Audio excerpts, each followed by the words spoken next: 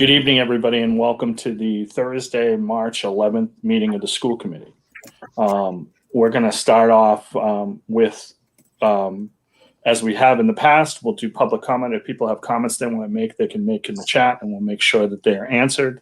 We'll try to get to them when it makes sense to do that. If anyone else has anything, please put your comments in the chat, and we will get to you. We're just going to bring up our student representative first, Natalia.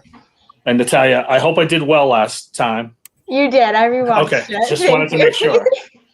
So I'll turn it over to you, Natalia. Thank you for joining. Thank you.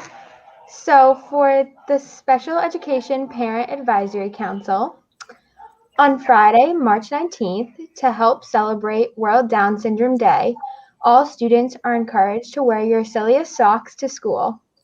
On Monday, March 29th at 6:30 p.m., Middleborough CPAC is hosting a virtual mental health awareness expert panel. They want to help participants feel more comfortable with having conversations about mental health and connect participants with resources and support. Numerous experts will be on the panel during this event. You can join this event on March 29th at mentalhealth.mcpac.org.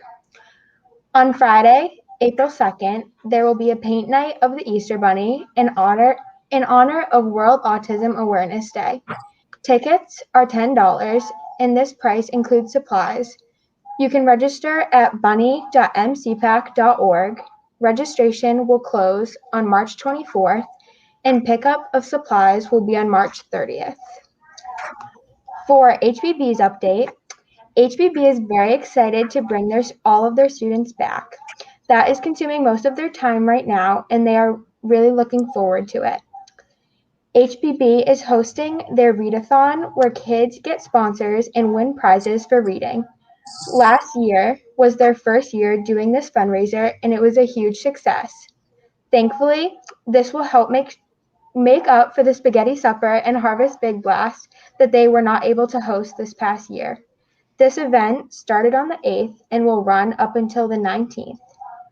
For the Nichols Middle School update, NMS Student Council organized a March Madness Spirit Week for the week of March 15th. They will kick off the week with Hat Day and end the week with Rock Your Socks Day for World Down Syndrome Day. Student Council meets virtually for the first Tuesday of every month. All students are welcome to attend.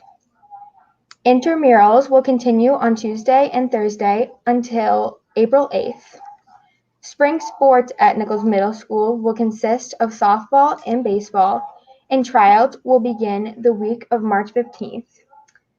The NMS administrative team and faculty are working out the logistics of a full return of all students, with the hopes of returning on Monday, April 5th.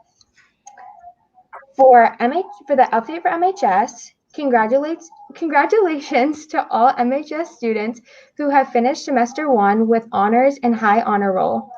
We had 229 students receive high honor roll and 214 students achieve honor roll. 189 of these students were inducted into the Nothing But A's Club. This week at MHS was Kindness Week. We had Music Monday, Teacher Tuesday, Wave Wednesday, and Thoughtful Thursday. Tomorrow will conclude the week with Friendship Friday.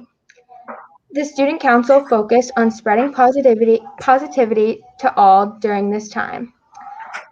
MHS took part in the annual Polar Plunge in support of the Special Olympics this past weekend. Students took the plunge at Camp Umicus. A reminder for all seniors that the deadline for all scholarship applications is tomorrow, March 12th. The MHS Student School Counseling Department will be hosting the annual Program of Studies night on Monday, March 15th at 6 p.m. This will be a virtual event. This event focuses on the incoming 9th graders and their families, but is open to anyone for information on course selection. Rock Your Socks Day will be Friday, March 19th. All students are encouraged to wear crazy socks in support of World Down Syndrome Day.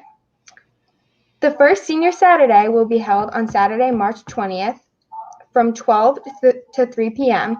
You must register for this event by completing a modest registration that will be emailed to all seniors. The next Student Council meeting is scheduled for March 24th, and we will be having a guest keynote speaker. For all members of the Student Council, the MASC statewide conference will be held on Friday, April 9th and Saturday, April 10th. You can sign up to attend the conference on the Student Council Google Classroom. For all members of the class of 2022 who have registered for the in-school SAT session, the testing will occur on Tuesday, April 13th. And finally, there is still a tutoring opportunity. The MHS National Honor Society is offering tutors to anyone in need of extra help in any subject. You can fill out the Google form that can be found on Brannigan's Bulletin and reach out to Aileen Petty or Mrs. Gleedy for any questions. Thank you. Natalia, thank you very much. Does anybody have any questions for Natalia? Seeing no one, Natalia, thank you very much. We appreciate it. Thank you. No problem. Does any member of the school committee, first of all, I should mention that Greg Rowe is backstage. He's in the middle of something with his children. So he is here and will be joining us shortly. And Meg Jeunesse is running a little behind and she will be joining us shortly. So I just wanted people to know that. Does any member of the school committee have anything they wish to mention? Mr. Oakley, I see you do. Go right ahead. Thank you, Mr. Chair. I just wanted to tease something that is not technically ready to be announced, but will be tomorrow. There's a small group of folks in Middleborough that was helping with voter registration back in the summer and fall of last year. It's called Saturdays Are for the Votes. And we're very happy to have started working alongside the Middleborough High Student Council. And we're working with Anna DeBona, who's the president of the Student Council, to do kind of like a candidates night type thing, where we're going to allow the Student Council members to ask questions of the candidates. And if we have time, we'll also be allowing the public to ask questions. And a lot more details to come, but I just wanted to tease this event that's going to be happening on March 23rd, which is a Tuesday at 7 p.m. And please just keep your eyes out for social media posts, and we're going to try to get it in the newspaper. So again, that's March 23rd at 7 p.m. More details to come. Thank you, Mr. Chair. Thank you, Mr. Oakley. Any other member wish to bring up anything at this time? Seeing no one, then I'm going to ask Dr. Gates to bring on one of the union presidents tonight, Kate Lazarovich. And Kate, welcome. Good evening. Thank you. Yes, Sam couldn't make it tonight. She's feeling a bit under the weather. We don't have too much to report. We've just had our monthly Middleborough Education Association meeting, and things were going smoothly. It was a nice short meeting. Things seem to be going well. We're really in a groove now. We are looking forward, Middleborough Education Association, looking forward to beginning negotiations with Mr. Lynch and the school committee for the, potential return to full in student learning for 3 out of 4 of our cohorts. Obviously, there's still an ability for one cohort to stay remote at this time.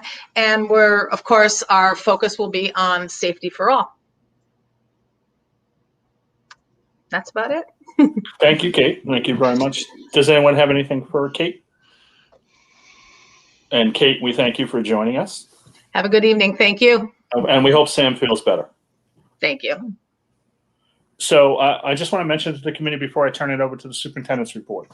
As the committee knows, the superintendent and the schools are still in the process of surveying parents, which I believe Mr. Lynch has 4 days left or something like that, a few more days left. Through Sunday evening, Mr. Chair. Thank you. And so the superintendent and I discussed, we feel there's a need for a meeting next Thursday night. The sole focus of that meeting would be on the superintendent's plan to reopen schools. That will give us an opportunity to fully look, and the superintendent will talk about the numbers that he currently has, but there's still some outstanding surveys that need to be done given the chunk of people left. It is also Mr. Stevens and I are meeting with the union tomorrow, and we also have a couple other days set for next week. So that'll give us 3 opportunities, I believe, to meet with the union and have discussions with them prior to our meeting next Thursday. So I did want to mention that to everybody. As I said, the superintendent and I talked about that today. And so with that, I will turn it over to the superintendent for the superintendent's report. Thank you, Mr. Lynch. Thank you, Mr. Chair, members of the committee. Good evening. I want to talk a lot tonight about what we're facing in the coming month or so. I want to let you know that featured in tonight's discussion will be a number of different topics, and administrators featured will be Mr. Paul Brannigan from the high school principal. Mr. Ryan Sylvia, our athletic director, will give us an update. Ms. Sarah Hickey will give us a budget update, a bit of a budget update. And prominently featured tonight will be Dr. Melanie Gates, who's an extremely important part of our plan to reopen as we move forward here. So I want to get going here with some updates. Dr. Gates, if you could pop up your slides, if you don't mind, thank you. Yeah, sure thing. Just give me one moment. We're going to go to a screen here for a bit of a slideshow that Melanie, Dr. Gates, is going to join me. As you know, in the past, we've had students featured under recognition, and we've gotten away from that a little bit with the business at hand. However, I did ask Dr. Gates to sort of take a screenshot of this picture, and if I don't know if you can blow that up just a little bit, Dr. Gates. If you can't, that's fine too. This is an actual drawing done by Christina Dye, who's in the class of 2022, a budding young artist. And I think that it pretty much seems to me, anyways, to sum up the last year or the last 12 months for our students. You have a young lady in her darkened room, staring at a computer screen with clearly the reflection of a remote learning lesson going on through her glasses. You have pictures of her seemingly very active life behind her on her bulletin board, pictures of her friends and pictures of her family and things such as that, or her sort of life perhaps before COVID. She's laying on her bed, certainly not in an upright position, seemingly disinterested, tired, perhaps unmotivated at this point in the year, certainly. And clearly, probably in her head, longing for the way things used to be. And I just think that this picture is on the front of the program of studies, the draft program of studies. But I wanted the community and the school committee to see this and certainly recognize this young lady for seemingly, as far as I'm concerned, sort of summing up the year. I believe that the picture does do that for students and families after a year. And I think that we need to do whatever we can as a school district to return to school in safe school environments. So I just wanted you to see that, and sort of that the feeling that evokes is, I think, shared by I think most of us. That could be my daughter laying there. There's no doubt about it. At which point I'd say, please sit up and sit at your desk. And, but this to me pretty sums it up. And I want to recognize again, the name is Christina Dye in the class of 2022 for her great artwork. So following that, I want to move to a memo that came out this past week, March 9th, from the Commissioner of Education. And I know it's sort of tiny typing, but I will read a little bit of it just because it's that important. And it was from his desktop, from Jeffrey Riley and the Mass Department of Elementary and Secondary Education.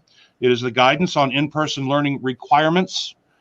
Dear superintendents, charter school leaders, and leaders of collaboratives. On March 5th, 2021, the Board of Elementary and Secondary Education adopted amendments to the student learning time regulations on an emergency basis. These amendments provide me, the chair, the commissioner, with the authority to determine when hybrid and remote models will no longer count towards meeting the required student learning time hours. And that's in 603 Code of Mass Regulations 27.082D. Consistent with these amendments and following consultation with medical experts and state health officials, I am exercising that authority as follows. And the first bullet.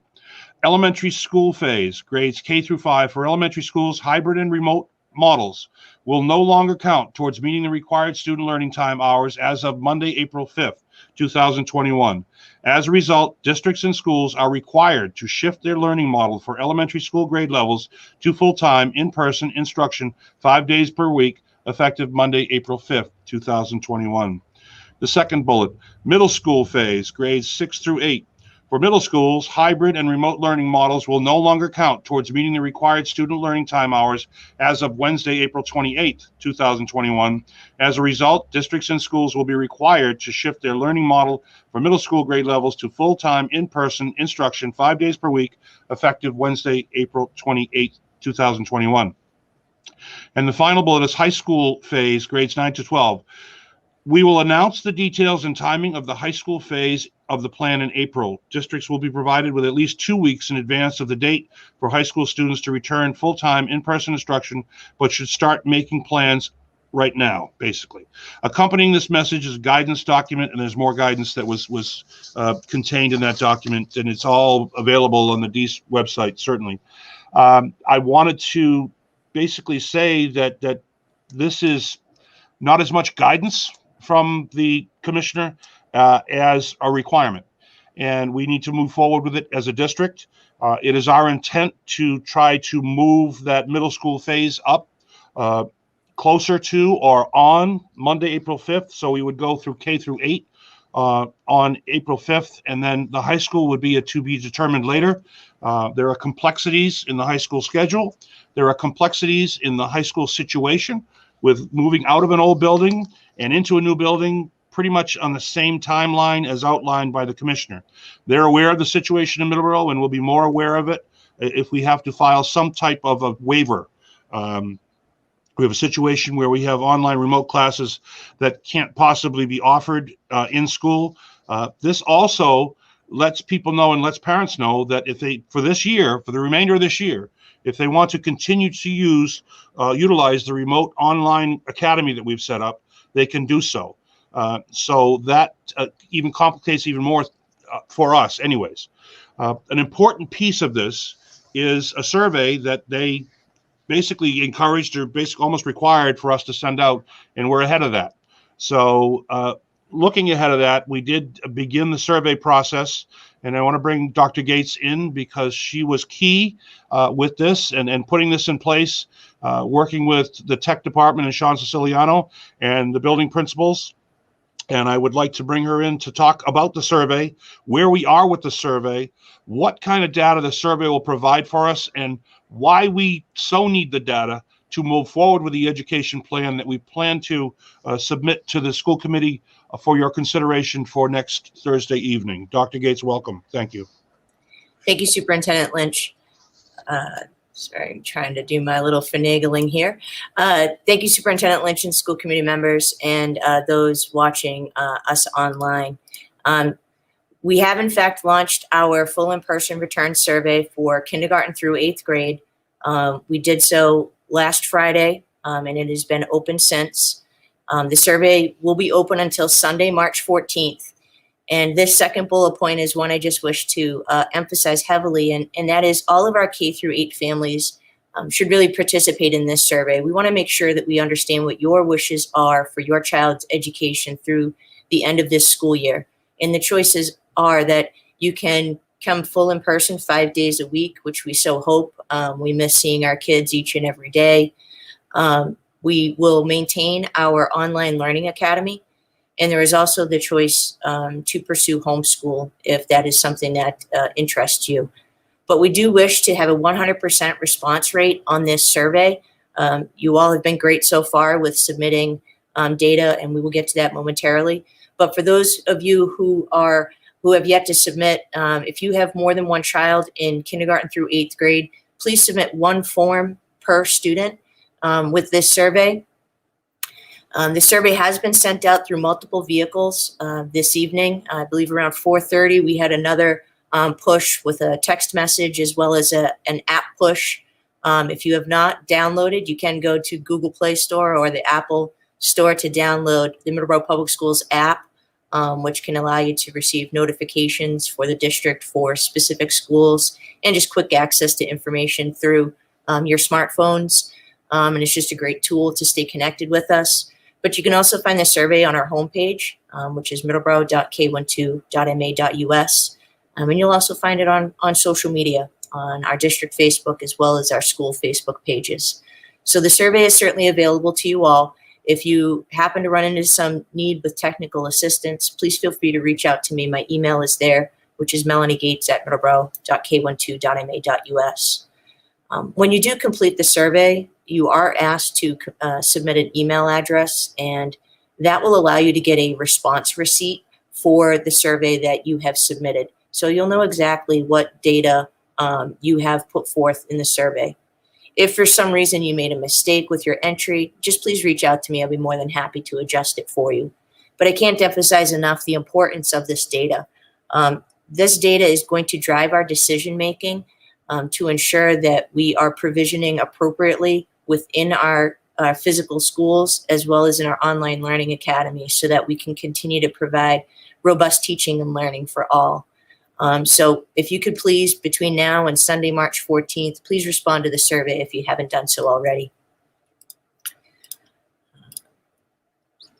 One of the big questions that I've seen through email, and this is just a question that popped up that allow me to address, if I may. Yes, Mrs. Farley, cohort 1 students, we have not asked you to complete the survey because we're hoping that you are staying with us 5 days a week, as you have been right from the get-go. So our cohort 1 families are not required to do that. But if all of you that are in cohorts 2 through 4 could, that would be greatly appreciated. Thank you for that reminder, Mrs. Farley. We've had a question that's popped up quite a bit, and I understand the importance of this question, and that is, will my child's teacher change? We wanted to be honest with our families about the potential ramifications of changing our learning models, much like we did when we allowed folks to change between hybrid and remote back in the winter months. This change also may cause changes in placement. Now, please let me emphasize, we intend on trying to keep placements as they stand. We know that relationship that's already been forged between our students and our teachers is critical, as well as between our students themselves. And we certainly do not want to break up the harmony of that relationship within the classroom. However, changes might happen, and we wanted to be transparent in that and not have any surprises with our families. If I could just share an example, if we have 2 remote classrooms at a grade level, and more than 50% of each remote classroom wishes to come back in person, we would need a place for those children we would need to have a classroom and a teacher for those children to come back full in person. So we would need to be able to balance the class sizes in both those that wish to come back full in person and those that wish to remain online. And those types of changes may cause us to have to collapse a remote classroom in order to create an in-person classroom. We can't yet make those decisions until we get all of our survey data, which is, again, why we ask that we get a 100% response rate on our survey. Now, again, we certainly don't want to make changes, but to be transparent, changes might in fact have to be made because we need to maintain appropriate class sizes, both in-person and remote, and also pay adherence to our room occupancy requirements because we're still operating under the social distancing protocols as we have all year long. And just a reminder of what our guiding principles have been throughout this, and it has been well-being, relationships, and then learning. And we've emphasized those in priority. And we want to maintain the well-being of all within our school environment as we welcome back more of our students. We do want to maintain the high-quality relationships that exist. And of course, we will elevate student learning as we do each and every day. And just to share from the guidance provided by the Department of Elementary and Secondary Education, and this guidance is available to you online through the DESC's website. But one of the statements that I just wanted to emphasize is a quote from page 6 of the guidance, which just states that for many districts, this will be a substantial programming shift mid-school year. Families should expect that districts may need to make challenging trade-offs to accommodate the full in-person instructional mode. And for Middleborough, I think that the potential challenging trade-offs could potentially be class placements. It's not our intent, but we do want to be transparent in that could in fact happen. We hope that our families are understanding of that, and if you have questions, certainly reach out to me or your building principals or your child's classroom teacher, and we'll do our best to address it. But to be honest, we won't know answers concretely until we get the survey data and we're able to process it and look at the changes that may need to take place. I'm going to bring us to our data. I need to just do a quick stop screen share and reshare a new tab. Just to give you a peek of where our data is at currently. And this is, I'm going to just do a quick refresh just so you can see the live data as it has come in. So far, we have received a total response rate of 1,627 responses, which is amazing. We anticipate probably over 2,100 responses when we take into account our K-8 students plus those that opted for homeschool who might wish to come back and join us. So we're able to get much deeper layers of data with this, and we've already met, Superintendent Lynch and I have already met with our principals to begin a cursory analysis of the data, but we really cannot make educated decisions until we hear from all of our families. So again, please take that survey between now and Sunday. If you have questions to help you guide your decision making, please reach out. We're more than happy to help you all with that. I'd be happy to answer any questions that folks may have. I can bring everybody back on stage. So, Melanie, before I turn it over to the school committee, I'm going to rifle through a couple of questions I've already seen online because I think, there are some of the questions probably I have too. The first is, if parents choose to stay full remote, will the remote academy count for school time? Yes, the commissioner has made it clear that we can maintain our online learning academy. The statement about remote learning not counting are for those schools or districts that have been in remote from the get-go.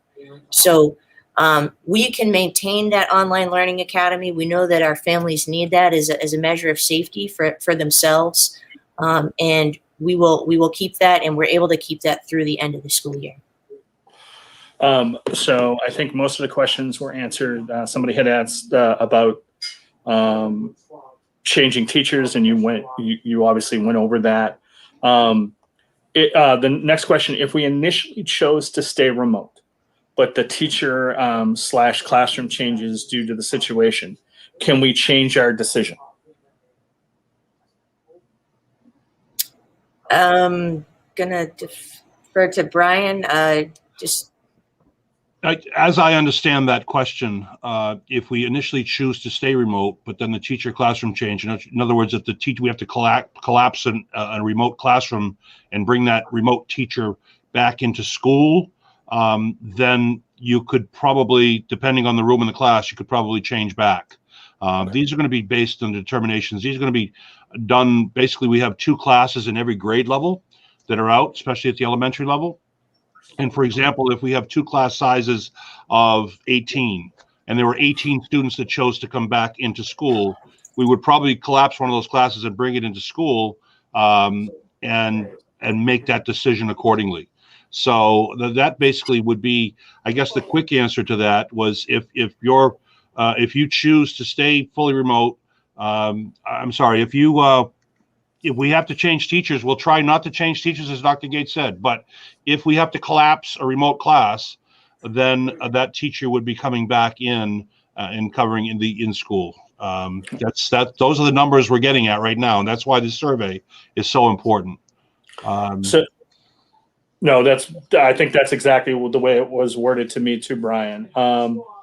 The next question is there a date you expect that these changes to happen? Well, we would be looking for April 5th to begin these changes. Parents would be notified beforehand of their changes. And that's where we'd be. So there'd be notification prior to, but April 5th would be the target date for beginning this. That would be part of the plan that will come forward to you in the fall on next Thursday. And I know there's a plan for next Thursday, as you said, Brian. One of the questions, there has been word that the week before may be a full remote week prior to the conversion. Well, that's part of a planning sessions that we've had with the administrative group, trying to look at a way that we could do to accommodate teacher needs as we look to this, and moving those professional development days for K through 8 from the Monday prior to April vacation and the Friday prior to April vacation and the Monday following April vacation, and keep that as just high school, and then moving those 2 professional development days to that week before the April 5th, so that teachers can rearrange their classrooms, the schools can be reconfigured and reorganized, and we would go fully remote that week for the first 3 days, and then we would have 2 professional development days where the students would have those days off. So that would be a 4-day weekend for those students at the end of March and the beginning of April 1st and 2nd, basically. So that would be a proposal that would most likely come before you, that in the planning sessions that we've been working, and we've been working at this for a couple months, but that to us makes the most sense in terms of preparation for this full return on April 5th. 2 professional development days for elementary and middle school teachers on that Thursday, Friday. Thank you. So just to be clear, from my perspective, it looks like we're pretty caught up. So I'm going to open it up to school committee members. If they have particular questions, I will come back to other people's questions. I do want to say one thing to the people online. You can send in your questions. I will try to get to them, obviously, but we will also have that discussion next week too. But Mr. Lynch, you had something. Mr. Chair, if I could, just one more point. This is why that Dr. Gates sort of featured this question, because this is the most common question. If a student's remote and wants to come back in, will they have the same teacher? If we still have the need for that remote teacher, for those folks that don't want to come back to in-person, then that class will remain remote. If there are 2 remote teachers in 4th grade and half of them want to come back, then one of those teachers would come back in and one of them would be remote, and it might be a balance. There might be half the kids have to switch over to a different teacher for the remainder of the year. They're all qualified, highly licensed teachers, and are all basically teaching the same curriculum. So I know that they're different individuals, and I know that people get used to teachers, but that's one of the situations that we have that's the most concerning for parents, and we completely understand it.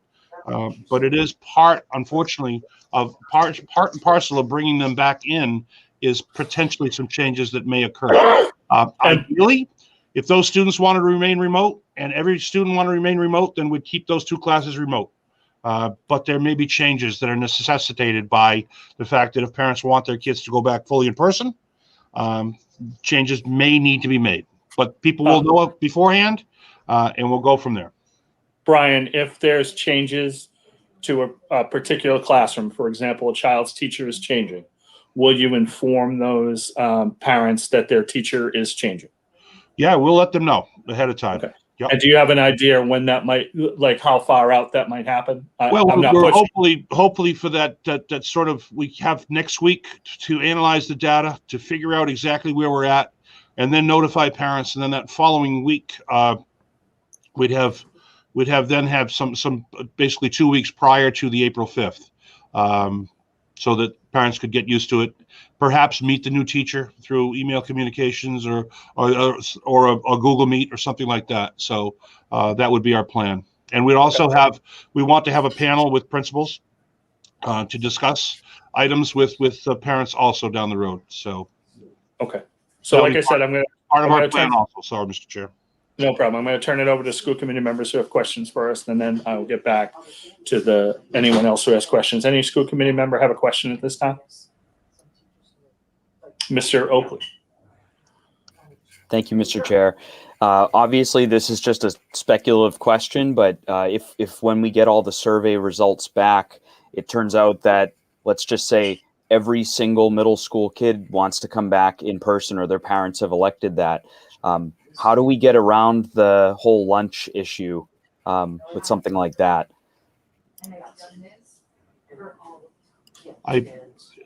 Rich, can you rephrase that question? I think you're basically saying, do we have room for all of our kids in school for lunches? Yep, exactly. The answer is yes. Okay.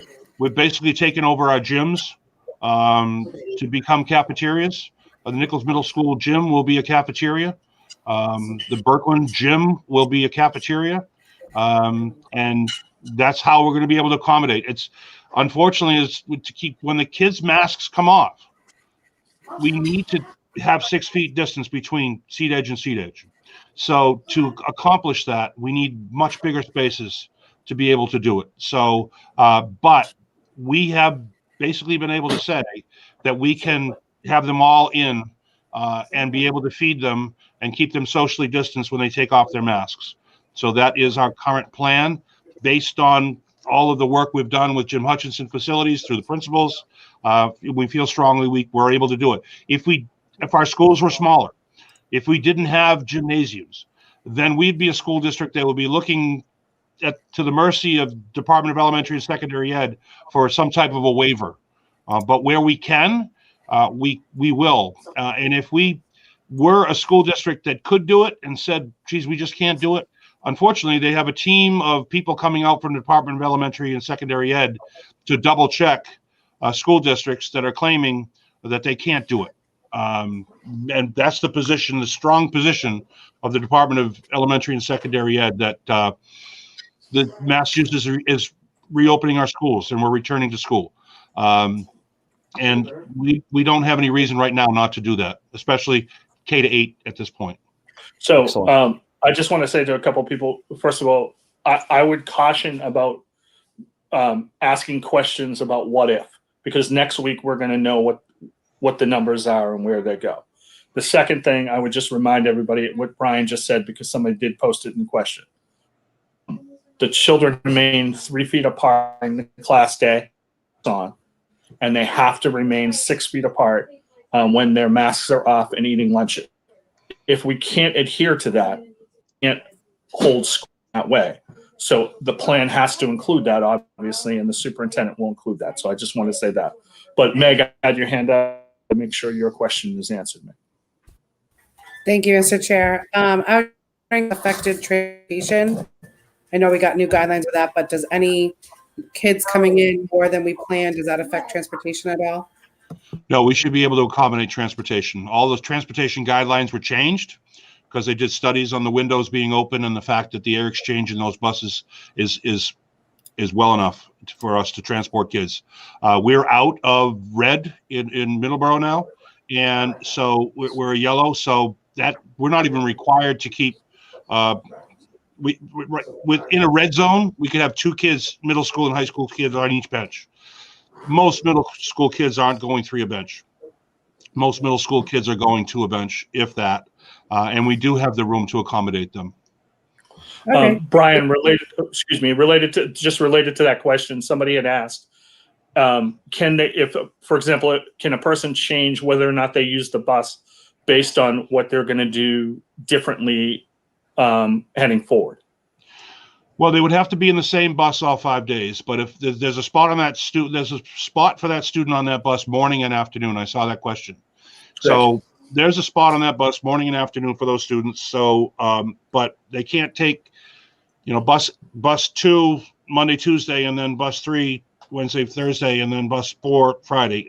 We can't do that because we have to have seating arrangements. We have to have seating charts and the like, because we will still have contact tracing. We will still have situations where if a child does produce positive results for COVID, then we have to do contact tracing. There will still be students who will be quarantined.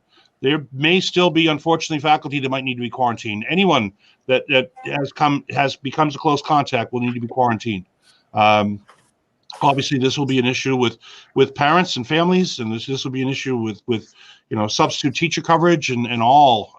But it's one of those things that we're going to have to work out at the school level, certainly, like I said, at the school level and at the system level. So, And Meg, I apologize. So please go ahead if you had another question. I didn't mean to cut you off. No, I was just saying thank you. Okay. Anyone else have a question?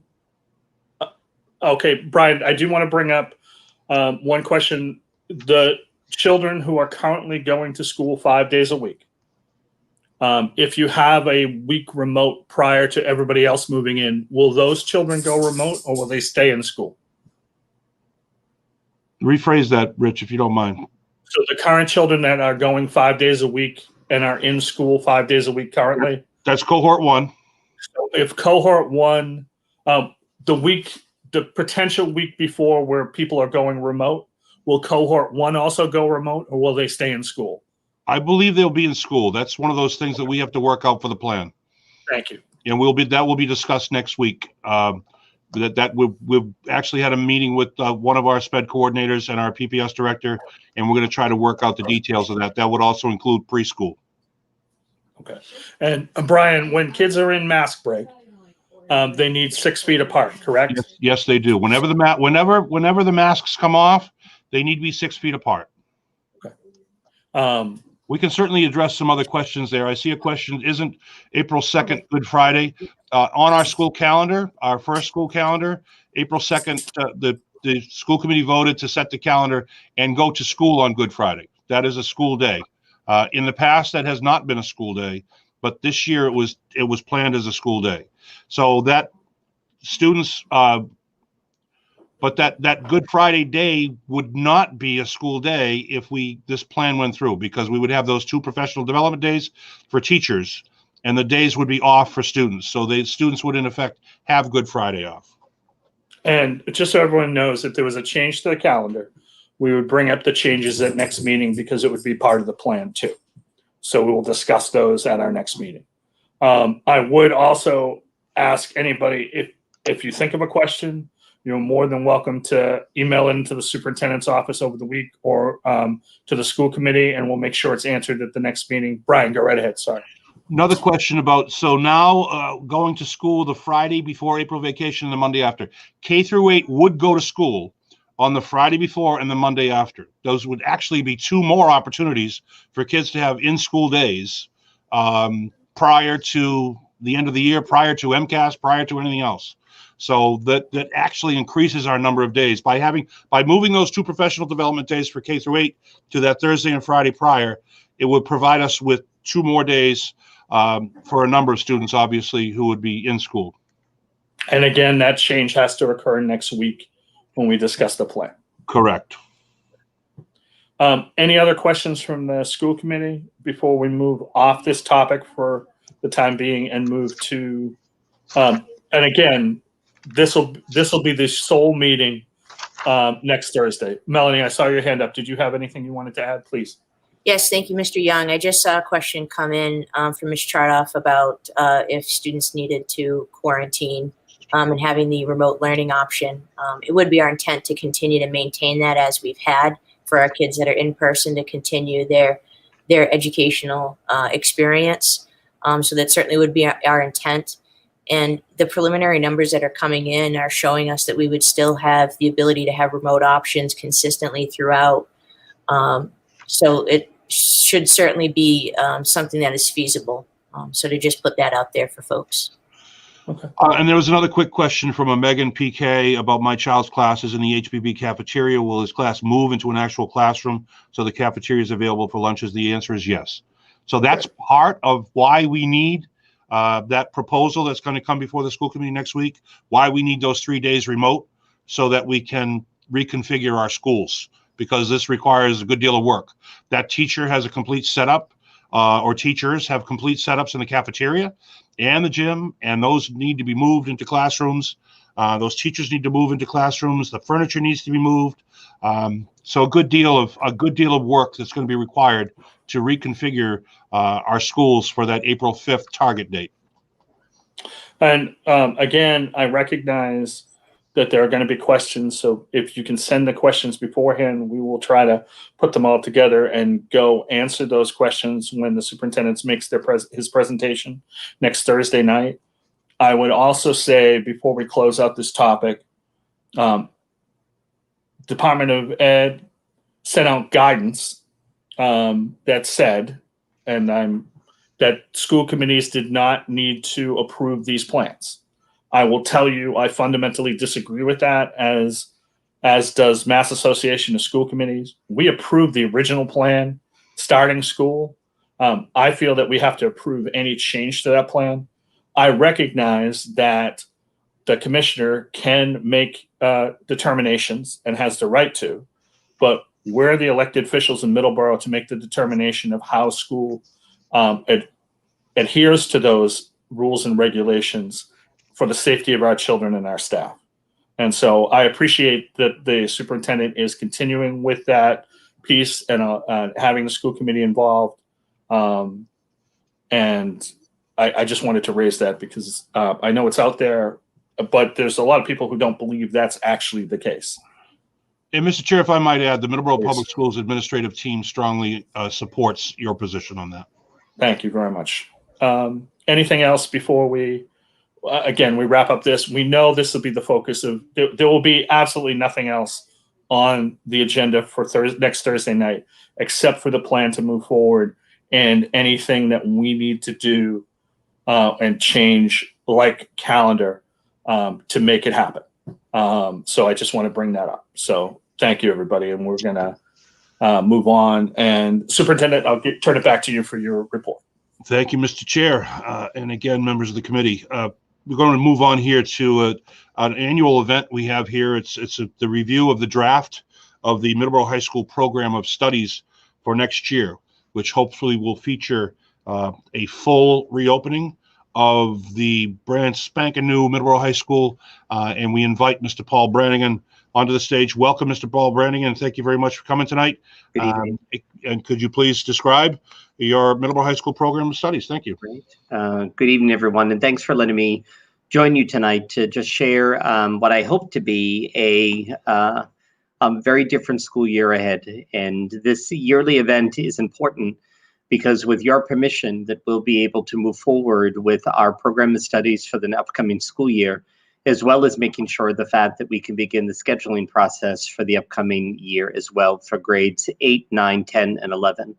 So I have a very modest presentation for you that just gives really the major highlights. You'll note the fact there's a couple of items. One is the fact that there is not many significant changes to this year's program of studies, and partly because that with what we've been doing, what we've been all dealing with COVID-19 and really managing in schools and our curriculum, it's also important the fact that we are maintaining a lot of the programming and courses as such. So there are some new things, but it's important to note that you're going to see courses that you may be thinking, well, I've seen this before, I've approved this.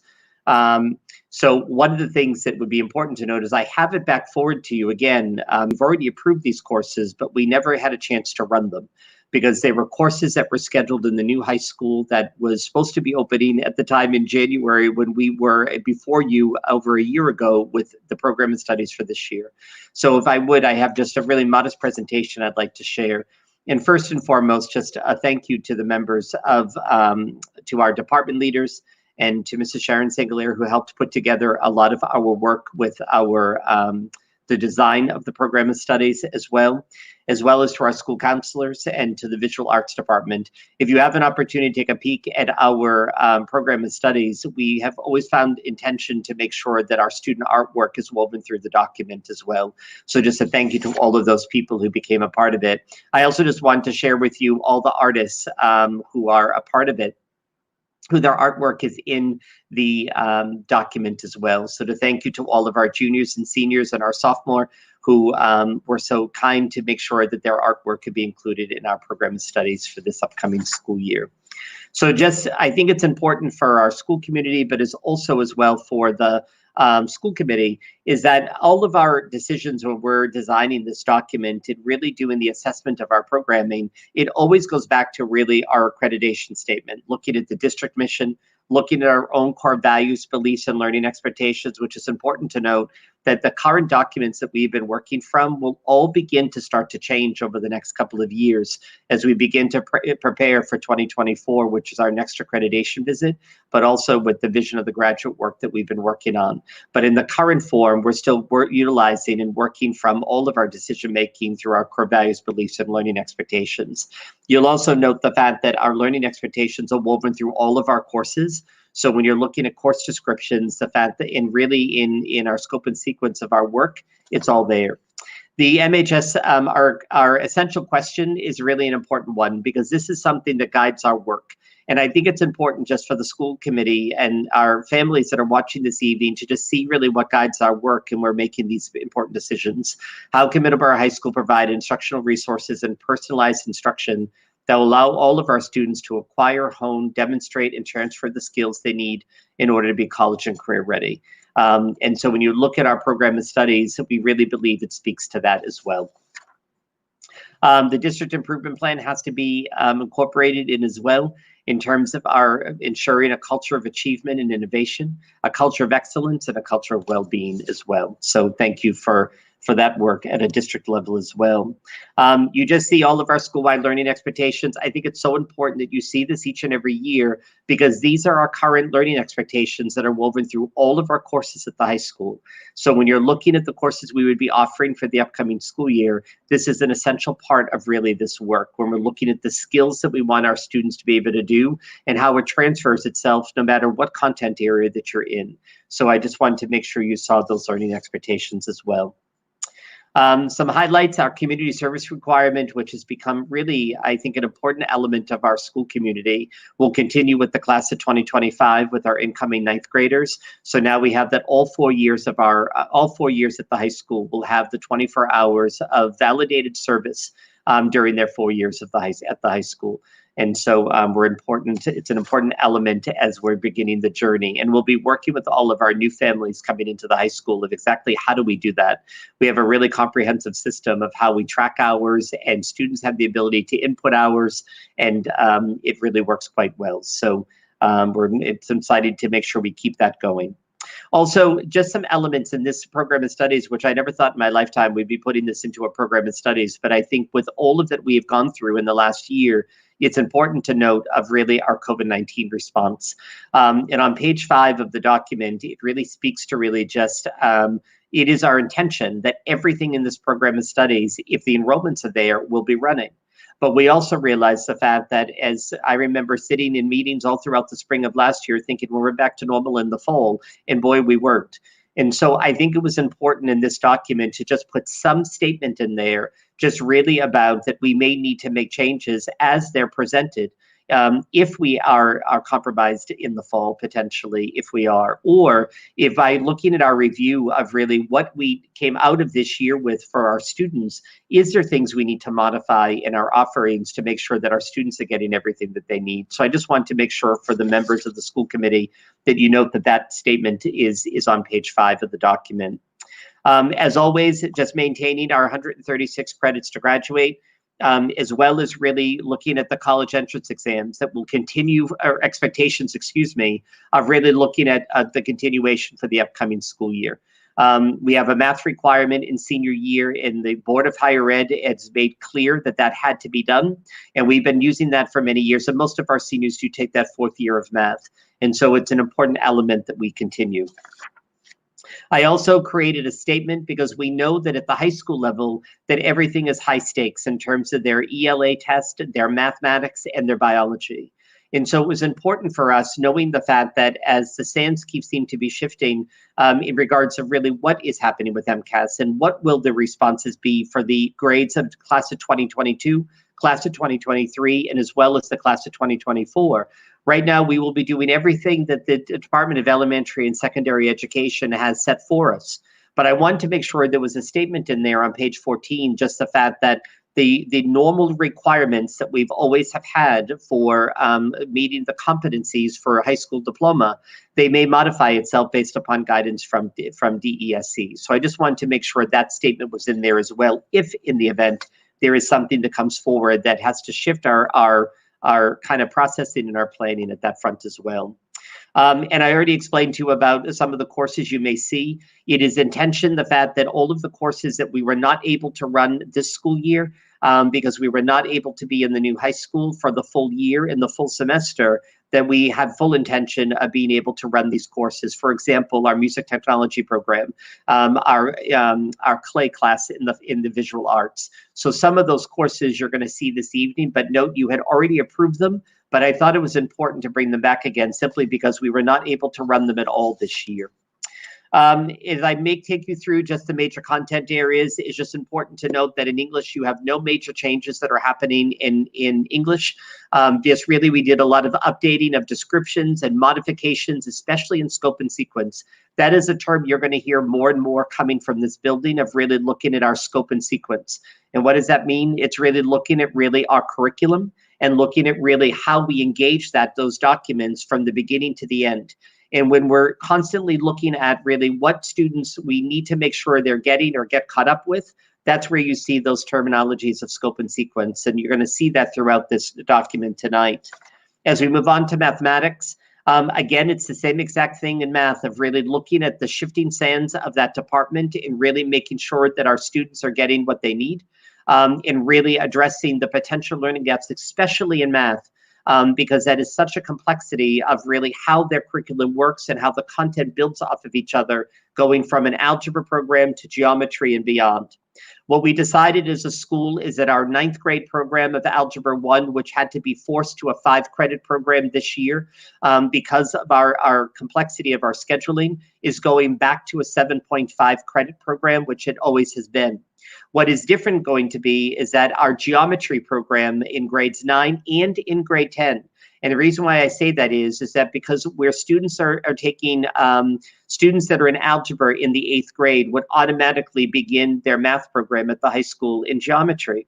So with that being said, that we're going from a 5-credit program to a 7.5 credit program, which means it will be 3 terms, 135 days. And that way there, it's going to be for 1 year only to make sure the fact that we're able to beef up the skill of our current 9th graders going into that geometry to be able to build on those algebraic skills, to make sure the fact that we're getting those freshmen into grade 10 and getting them ready for their high stakes assessment in the spring, that they would be ready. And also for those incoming 9th graders, for us making sure the fact we're going back to that 7.5 program as well.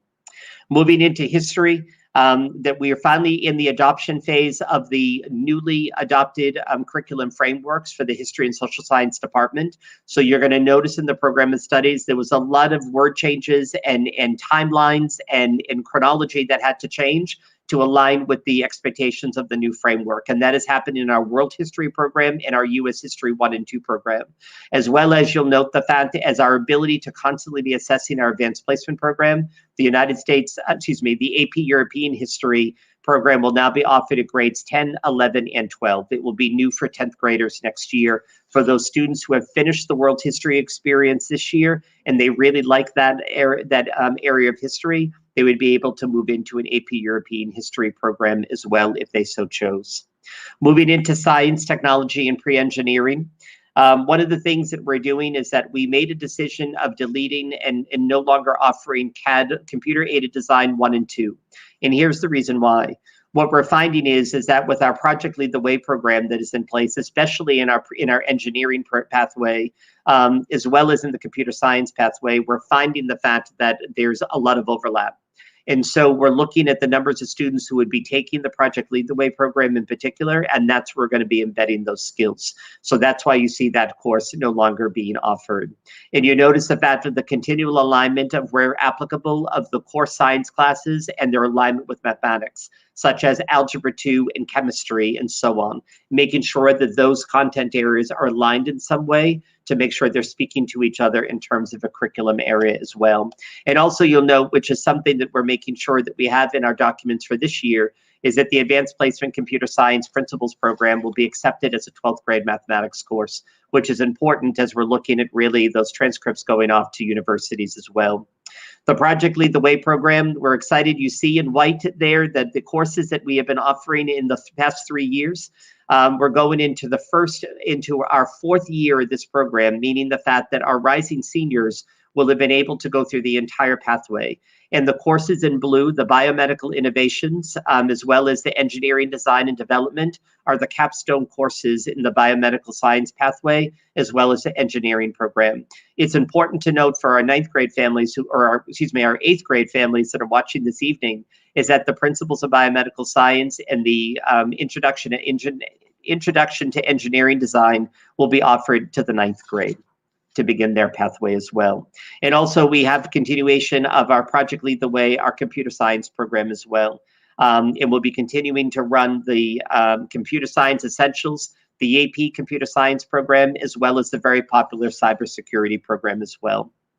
As we move into the world languages, we have 2 new courses that we're offering that we're quite excited by the potential. And I'll explain the kind of story on one of them in just a moment. But you'll notice the world languages for abroad travel. So this really came out of our world language teachers, is really offering a different way to look at world languages and its study and its applicability to what they're doing in everyday life. And so this course will be an elective that will be offered to all grades 9 through 12. And it will be offered at a 2.5 credit elective opportunity. You also note the fact that you have an American Sign Language program that's going to be held virtually. As you know, through this pandemic, the fact that the high school had to adopt an online learning academy using one of our online learning partners, Edmentum. And I will tell you that when students were engaged in the opportunity to take an online class, one of the most popular classes that students took was the American Sign Language class. And that we had such unbelievable reviews from the students that we decided to try it and to see, could we offer a whole class that would be part of the program of studies that would be actually an elective for students to take in all grades 9 through 12, and do it from a virtual world. And so this will be something we're going to try it and see how it goes. But I will tell you that based upon what we saw out of necessity this year became really an opportunity as well. So we're excited to see that American Sign Language class come to life. And just lastly, in the arts, these courses that are new for you are courses that you were approved last year. Just simply because of our inability to offer some of these courses, I wanted to make sure they were back in front of you again, but also our community. The Advanced Place in Art and Design 2D photography will be something that we're hoping to offer with the new digital imaging lab at the high school. How to work with clay because of the kiln that will be now in the new art rooms in the new building. And from 2D to 3D, the knowledge for creating in the 21st century, an elective for grades 10 through 12. So those have already been approved by you, but I thought it was imperative to share those with you again, as they'll be offered for the first time. And hopefully we'll be able to actually run them next year. There's no new electives in our theater program or any changes of any kind in the theater strand of our fine arts program. Also moving into music, there's no major courses, just major changes, with the exception of, again, the scope and sequencing of really the, for the music program, especially in things like band and orchestra and in the choirs as well. But you'll notice the fact the sound engineering and audio production was a course we were hoping to run this year that actually filled to be quite popular. And now we're hoping to run it again as well. And again, the continuation of, again, the scope and sequence of our whole entire music theory program as well. The biggest change that I think it's important to note, just because I think for a lot of reasons, one, our frameworks in the arts, but also two, with the new building that is coming, that we've moved the television production program will now fall under the fine arts program. It will actually straddle between technology, so students who are taking television production could still use it as their technology credits for graduation. But because of really its performing arts kind of premise and foundation, because that actually falls now into the fine arts curriculum, and also because of its location now in the new building in the Performing Arts Center, we thought it was an important move to be making. So now Adam Pelletier, the teacher of TV Pro, will now be part of the fine arts department moving forward. And lastly, which I have to tell you is probably one of my most exciting classes we're going to be running for the school, I am just so happy for this one, is our Unified Physical Education program. Working with Ryan Sylvia and Jen, who's the athletic director, Jennifer Healy, who is our team facilitator for the high school. This has been something you're seeing really on a national level, as well as in many schools in our state, are really looking at a unified physical education that provides unique opportunity for students with and without disabilities to come together through ongoing education and physical activities. So if you're looking at kind of our unified sports program, it's now being transcended into the classroom as well. And we're really quite excited about the opportunity with your approval. And it also is going to allow for us to have an unbelievable gateway for students to further participate in the really popular Special Olympics Unified Sports program at the high school. And lastly, just for your consideration, is really our very popular early college programming with the Jim Braga Pathway to Business, the Early Childhood Pathway, our School to Career internships, as well as our very popular, that has just started, our Criminal Justice program as well, which we're quite excited by. And just lastly, just to give our families and to all of you just the next steps, the scheduling, not scheduling, but the beginnings of students understanding how to schedule has begun. Our school counselors at the high school have been working with our 9th graders today, and the other group will be worked with tomorrow in small groups. Our school councils here at the high school have been collaborating with the counselors at the middle school, and that they're going to be doing some engagement through a virtual place with their teachers. One cohort will be done tomorrow. The other cohort will be done on Monday. And then we're also working with our 10th and 11th graders beginning next week as well.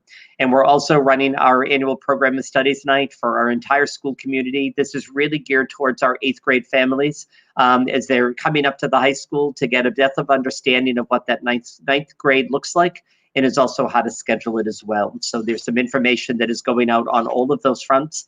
But I thank you for an opportunity to share our program of studies, and I can take any questions from the members of the committee. Thank you so much for the consideration. Anyone have any questions of Mr. Brannigan about the program of studies? Ms. Farley, go right ahead. Mr. Brannigan, thank you so much. Incredible amount of work, clearly, just great to see. But I was wondering, I know that you do have a lot of AP classes. Can you tell us exactly how many our school offers? Because I know that Middleborough is definitely leading the way in that, and it looks like you're adding even more, which is fantastic. So I think it's important for people out there who are potentially thinking about Middleborough High School, how many AP courses you do offer. And I know that they don't typically start until sophomore year, I believe. Right. So actually, thank you, Teresa. The high school offers 18 AP courses. And what we do is each year, we hope we run as many of them as we can. And if the enrollment is there, it will run. And actually, our AP program actually begins in 9th grade. So this year, we had launched our AP Human Geography program. And we have a really good group of freshmen who are taking that class. And so every year we do an analysis of our AP programming to make sure the fact is that it should only be done in grade 11 or 12. And can we move some courses like the AP Biology program going to grade 10, the AP European History going to grade 10? And the idea is to be looking at opportunities where you can engage students a little bit earlier in their AP program. And that's one of the examples. So, and from all accounts, that AP Human Geography program has been very, very good for those 9th graders. Thank you so much. Great. Fantastic job. Thanks. Other questions? Seeing no one. Paul, I do want to bring up a couple of things, and I apologize. I should have brought this up before, since you and I have met at least 100 times this week, but it was always about something else. The one thing I wanted to bring up to you was the community service piece. Yep. We establish an hours for community service, and the only thing I was thinking of was, I know on occasion you have allowed kids to do something in exchange for an hour or something like that. We should probably put that in the policy just to make sure that we know there's some discretion on your part, right, for those change in hours. And granted, I think the discretion is there because of everything we did for COVID, but going forward, we should also make sure that those pieces are there.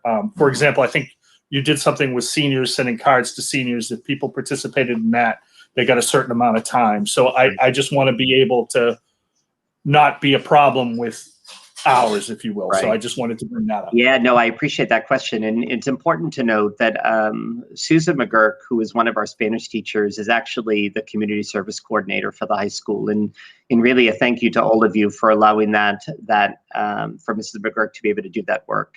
And so that everything that students do, so doing the cards for veterans and doing the cards for our assisted care facilities in town during the spring, all goes through Mrs. McGurk. So students have to log in those hours, And then we have a pretty significant database that tracks all of those kids in where they're at.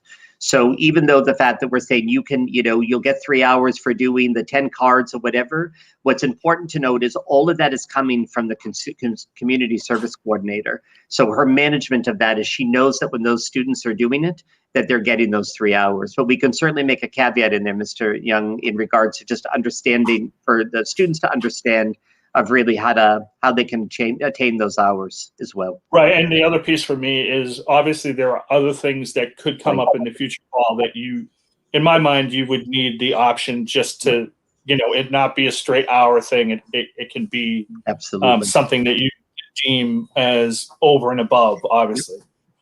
The other thing I want to say, because I think it's important to note, is the program of studies is really the heart and soul of a high school. This piece shows what we offer to the community for their children. And I would also add that all the program of studies is not in there because we know there are certain times when you have students, for example, who take Spanish 6 or Spanish 7 or French 6 or French 7 because teachers go out of their way to make sure that children have opportunities with directed studies and pieces like that bring them over. And they're not, something easy. A lot of times they are moving into literature and moving into those pieces. And then on top of that, the students have an opportunity to attend college classes over and above the Massasoit College prep classes with the Braga piece that they can essentially attend Bridgewater State and other schools at a reduced price for those parents and immediately get college credit for those. So when they go to school, it's already on their transcript. So I want to thank you for that. I especially want to thank the teachers because they're the ones who come up with, they have to go through your approval, Paul, but they're the ones who are teaching these courses. And if you look through the list, there's some really interesting things. If you're an English student, you can study Gothic horror. And so it's really about piquing a kid's interest and letting them look at something different rather than English 101 or English 102. It's about looking at different pieces and being able to grow. And I can't emphasize enough how much I appreciate that, Paul. Thank you. No, they really do work hard. They're trying to always find new ways. And I'll tell you, I will say that probably this document you're looking at will look very, very different a year from now when we come before you again, because now that we're actually in the building, I think that you're going to see a real analysis of all of our electives and really looking at really what new opportunities could be there. So it will be really kind of fun to see the next chapter with this new building coming online. I know Mr. Oakley's looking forward to making pottery in the kiln. So Mr. Oakley, do you have a question? It is a very nice looking kiln. I got to see it during the walkthrough. But Mr. Brannigan, I know you already mentioned this, but I just thought it deserves some extra emphasis. But I saw in your Brannigan's Bulletin the other day that you teased the Program of Studies night, March 15th at 6 p.m. And I just wanted to make it extra obvious for those that might have missed that in your presentation. Right. Thank you. We're moving just one clarification. We're going to move it to 6:30. So when the notification I put out to the middle school, I moved it to 6:30 just so there was some conflicts here that was going to make it too tight. So we backed it up 1.5 hours. So yes, it is going to be Monday night. You'll have a chance to meet our school counselors here at the high school to be able to, they'll take you through what a 9th grade experience will look like from an academic standpoint. So it'll be a nice night. Thank you very much. Thank you. Does anyone else have any additional questions? Then seeing none, the chair would entertain a motion to approve the program of studies for the high school. So moved. Do I hear a second? Second. Discussion. Hearing none, we'll take a vote. Mr. Oakley. Aye. Mr. Stevens. Aye. Ms. Janess. Aye. Ms. Farley. Aye. Mr. Rowe. Aye. And the chair votes aye. Thank you very much, Paul. We really appreciate it. Thank you, Paul. Thank you so much, everyone. Have a good night. You too.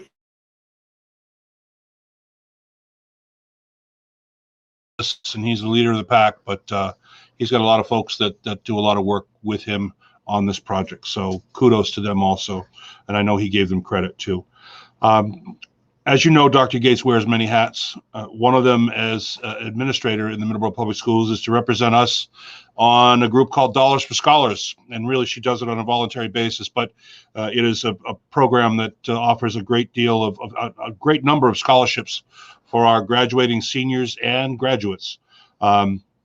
She comes before you this evening, and I bring her back on the stage to talk about it should be plural tonight because we have a couple of new scholarships, or we have one new scholarship and one scholarship that's sort of been brought back to life on the 35th anniversary of the graduation of that class. So, Dr. Gates, you're back on. Thank you.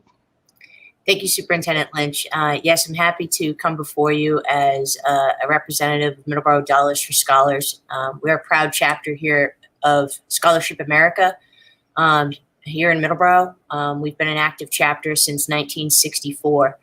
I recently learned that over 250, I think, scholarships have been given out, equating to over $250,000 from this particular chapter.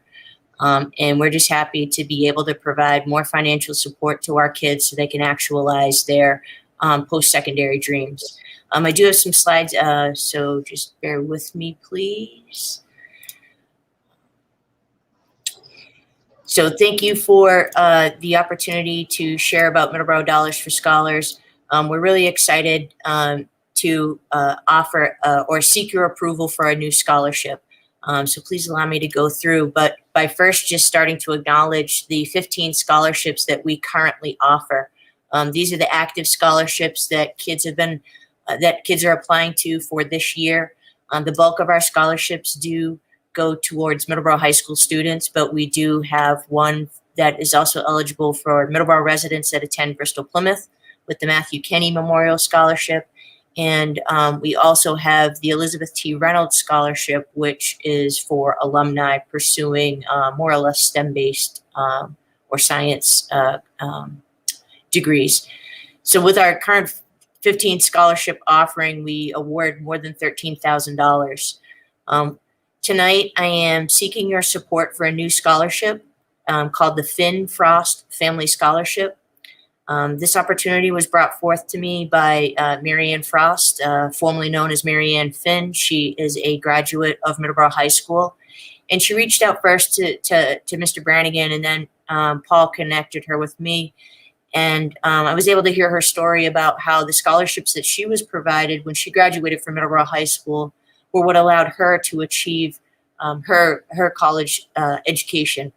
She ended up going to Northeastern University, which go Huskies, and she wanted to be able to pay it forward because without those scholarships, she wouldn't have been able to actualize her degree. So this family is looking to start this scholarship this year and fund it for at least the next 5 years. We would be awarding this scholarship to a graduating senior who has to have a college application status of accepted or attending, and that just happens to be the nomenclature that's used in our online scholarship application portal. The student would need to be attending a 4-year accredited college or university and be attending on a full-time basis. We're specifically looking for students ranked between 10th and 30th in their class, and the student should participate in either athletics or music, the music program, and also have a part-time job. This scholarship would be awarded at $1,000 for this coming year. As Superintendent Lynch mentioned, the Middleborough High School class of 1986 is seeking to reissue their scholarship in honor of such a highlight of their years since Middleborough High School. So thank you to Mrs. Joanne Babin for spearheading this initiative and coordinating it with me. This is a scholarship that the committee has previously approved. There are 2 minor changes, if I may. One, the dollar amount. It's currently being funded at a minimum of $1,000. And we've changed the essay question. The class of 86 really wants to understand how this last year has impacted the educational experience at Middleborough High School. So with our scholarships, not all of them have an essay, but this particular one does. And we would be sharing those responses with Mrs. Babin for her to then share with her classmates, because I think they want to have an appreciation for all that our kids have gone through during this tumultuous time. So if we were able to receive your support this evening, we would be extending the application deadline for just the Middleborough Dollars for Scholars scholarships.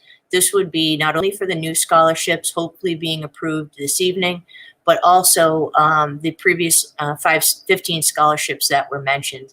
So we would be pushing out our application deadline to Monday, April 19th. And just as a reminder to our community, our application process is done online through our website, which is Middleborough with the UGH.dollarsforscholars.org. From there, you can navigate to students and families to find the ability to log in to apply for our scholarships. You can also follow us on social media, both Twitter and Facebook, as shown here. And that is all that I have for you in terms of my slides. And I'm happy to answer any questions you may have about this particular scholarship. Any questions about the new scholarship that they're seeking approval for tonight? Mr. Oakley, go right ahead first. Sure. First of all, just thank you so much to the family for bringing this forward. Sounds like an awesome opportunity. My question was more just about the mechanics of it, and I just wondered how do we go about, or how does the scholarship group go about verifying a part-time employment? Is it just pay stubs, or how does that work?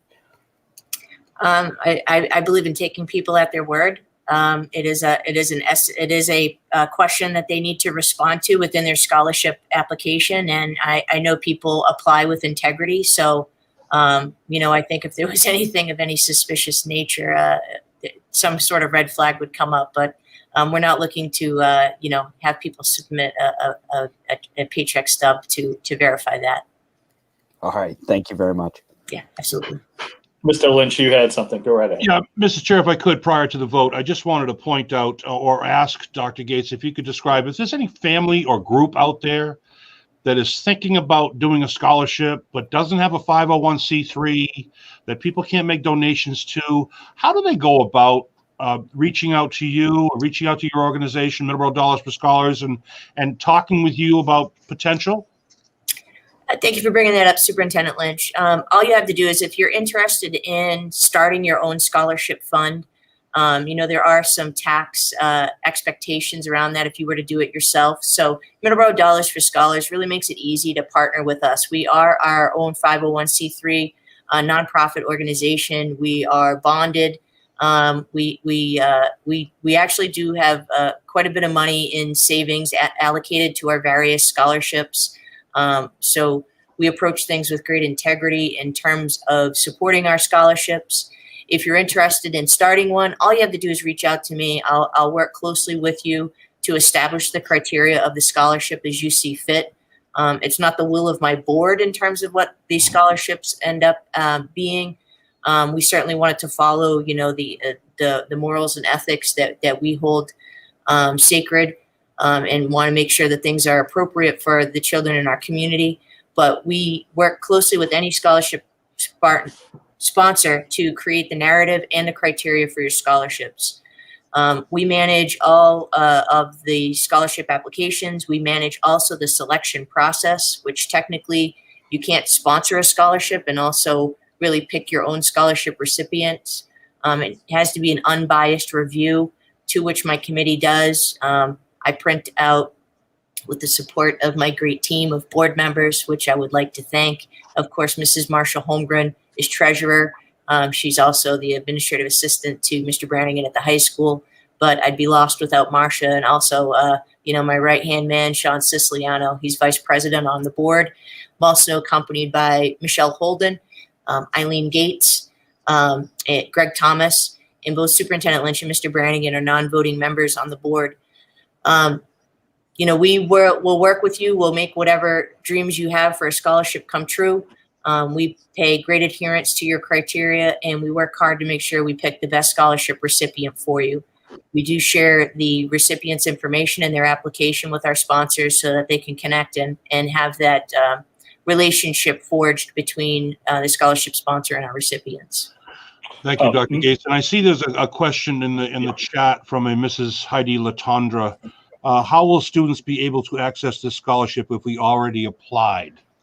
Great question. Thanks, Heidi. All you have to do is log back into your profile and see if that scholarship populates in the available scholarships. Our portal works a little bit different than the high school. You actually don't get to pick what scholarships you're applying to. Our system will determine what scholarships you're eligible for. Once you're determined to be eligible, you can then apply. If you're interested in more information about what that process is, you can check out the district's YouTube page, which will feature the scholarship night that we held. I've lost track of time in life. I believe it was last month. And myself and Mr. Goldman went over scholarship details. But all you have to do is log back into your profile, see if it populates, and then apply as needed. But please know, until school committee approves, those scholarships are not active. Once I do receive, if I do receive school committee approval, we will then activate the scholarships, and I will be doing a social media post to acknowledge this opportunity. And I can't remind people enough that it has always been the belief of the school committee that if you want to honor somebody in the community or somebody who has done wonderful things for our town, the best way to honor them is to help create a scholarship in their name so that other people can go forward and learn about them. I think the other thing too is the high school really takes those scholarships to heart and really asks those kids to find out about who they got scholarships from and meet with those people in normal times. And we try to set up meetings with those families that are giving out scholarships so the recipients can actually physically meet them and have conversations. I'm sure it's probably happened over Zoom at times, but we think it's important that they get to know the families that are giving the money and what the people those scholarships are named after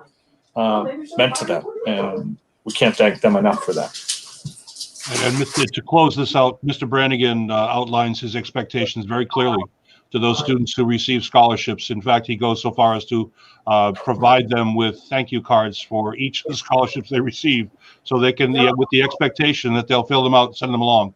And I would tell you that it works. Being somebody who's on the board of sort of two scholarships here, one in memory of my parents and one in memory of Paul and Irving Mitchell, the Mitchell Memorial Club, we get thank you notes for every single scholarship recipient. I don't think we've in the last 5 or 6, even 10 years, I don't think we've not received a thank you card. So thank you. I'd echo that same thing, Superintendent Lynch. And the cards, they mean so much to just hear the sense of appreciation that our kids have for receiving these scholarships. And Mr. Chair, if I may just add one more little plug, as you were talking about how scholarships are a great way to honor people within our community.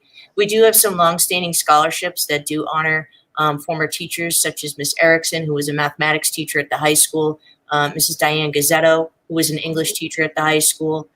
We have a couple scholarships that are in name of some phenomenal educators who started programming that still makes an impact today. They're certainly not memorial scholarships because Mrs. Osborne and Mr. Hilsebeck are still with us, but we wanted to honor them for their contributions, specifically Mrs. Osborne with Speech and Theater Workshop and Mr. Hilsebeck with leading the way with creating a top-notch television production program here in Middleborough. If these things speak to you, you can make tax deductible donations to Middleborough Dollars for Scholars. You can just visit our webpage to learn more about that or contact me directly. You can donate through the webpage as well as by depositing checks at a Rockland Trust branch. Just make sure that you make it known that that check is for Middleborough Dollars for Scholars. But be happy to partner with anybody in the community, because I think when we educate our youth, it pays dividends for the entire community. So it's just a great way to be able to pay it forward and continue to strengthen an already strong community. Thank you very much, Dr. Gates. Any further questions of Dr. Gates? Seeing none, the chair will entertain a motion to approve the new scholarship. So moved. Do I hear a second? Second. Discussion? Seeing none, we'll go to the vote. Mr. Oakley? Aye. Mr. Stevens? Aye. Ms. Farley? Aye. Ms. Janess? Aye. Mr. Rowe? Aye. And the chair votes aye. So thank you very much, Dr. Gates. We appreciate it. Thank you all for your support, and that Board of Middleborough Dollars for Scholars thanks you as well. Thanks, Dr. Gates, and we'll see you in a couple of minutes. Next up is our athletic director, Ryan Sylvia, who's going to provide us with an update on exactly where we're at with sports at the high school. At their last meeting, he sort of summed up winter, and right now he's going to talk about fall 2. It's this special 4th season that's been created this year to provide opportunities for our students who basically the fall sports that were canceled. So, Ryan Sylvia, welcome. Thanks, Mr. Lynch. Thank you, school committee members. That's exactly right. Fall 2 is also referred to as the floating season. So it's really any team that missed out on their opportunity to compete for whatever reason in the fall or the winter. And so we started on February 22nd. Right now, we've got just over 200 participants, 204 participants, 12 different teams, and 7 different activities or sports going on. 71 football players, 37 volleyball, 43 track and field, 24 cheerleaders, 14 unified basketball players, 8 majorettes, and 7 students currently registered for strength and conditioning. We expect that number to go up. Once they start on the 22nd, we'll see probably a significant increase in the strength and conditioning. So a lot of activity. There's typically kind of a 3-week break between the winter and the spring season. And what the state association did, the MIAA, is bump that spring season back to late April, almost May, and fit in this fall 2 season. So it's been really nice to see the students out there being able to get these seasons in. We've lucked out with the weather. When we started, I was talking to Jim Hutchinson and Mr. Lynch about there's snow on the field and how we're going to do this, and Mother Nature helped us out, and we've had some nice weather, so the kids have been able to get outside, which is great. One other kind of piece to this that is a little bit different is our Nichols Middle School softball and baseball programs. They have opted in their Massasoit League. The principals of all of those middle schools have opted to stay with the traditional spring season for middle school baseball and softball. So we have middle school softball starting up on Monday, March 15th, and middle school baseball starting up the following week on Tuesday the 23rd. So we'll be getting those teams going, and they start their games in early April. And then our spring season will get for the rest of our teams, our high school teams, will actually start on April 26th. So just a little update on kind of what we have going on right now. The games have already started for the high school. Volleyball has played their first couple of games. We hosted our first ever track and field meet out on the new facility this past week. We had a great day for it. The boys team and the girls team both defeated Hull High School. It's a unique situation because track and field, we're actually running indoor track and field outside. So we're running indoor track and field events on the outdoor track, which required us to kind of mark the distances with cones and some athletic tape. The 300 is typically run indoors, so we don't have markings for that. And then the 55 meter and all the different events that are typically run indoors. So that's been interesting, and we'll continue through that this fall 2 season. The other big thing that I think has come up quite a bit is spectators. We've been evaluating that continuously all year long. We meet every Friday as a league, athletic directors, and as of right now, because we're back outside, we're going to be allowing spectators at home and away events, 2 spectators per participant. So mainly those are going to be parents and guardians, but it's really 2 adult spectators. We don't have the capacity to allow students and siblings and that those additional spectators right now. There's a chance we would be able to extend that as the season goes on, but we're going to just continue to reevaluate that. And that's for outdoor events, so home and away for outdoor events. There is kind of a caveat to that. The host school does have the option to determine how many away spectators they're going to allow based on facility limitations. Everybody's facility is a little bit different. I know for Middleborough, we're looking forward to hosting that first football game tomorrow night. We'll have spectators for our football players. cheerleaders, our majorettes, and our band members of the band will be able to have their parents there in attendance. And we've looked at the facility, we've spaced it all out, and we have plenty of space for people to either sit down, stand up around the fence, well inside the facility, and also on the away side. So we're looking forward to hosting that tomorrow, and everybody will be required to check in at the gate. We'll have lists of all of our rosters right there. So that's kind of our plan for outdoor spectators. Indoor, a little bit different. Right now, it's really just volleyball going on inside. Our throwers for track come inside and do their shot put throws and their high jumps. But for volleyball, it's home fans only, and the same type of policy. 2 parents or guardians allowed to attend with checking in at the gate. So volleyball parents will not be able to go to those away games. The league athletic directors and administration, we're working on kind of the same thing we did in the winter season, live streaming those indoor events as much as we can, so parents can see all of the games. They can see home and away, but right now anyway, they're going to have to watch the away games online.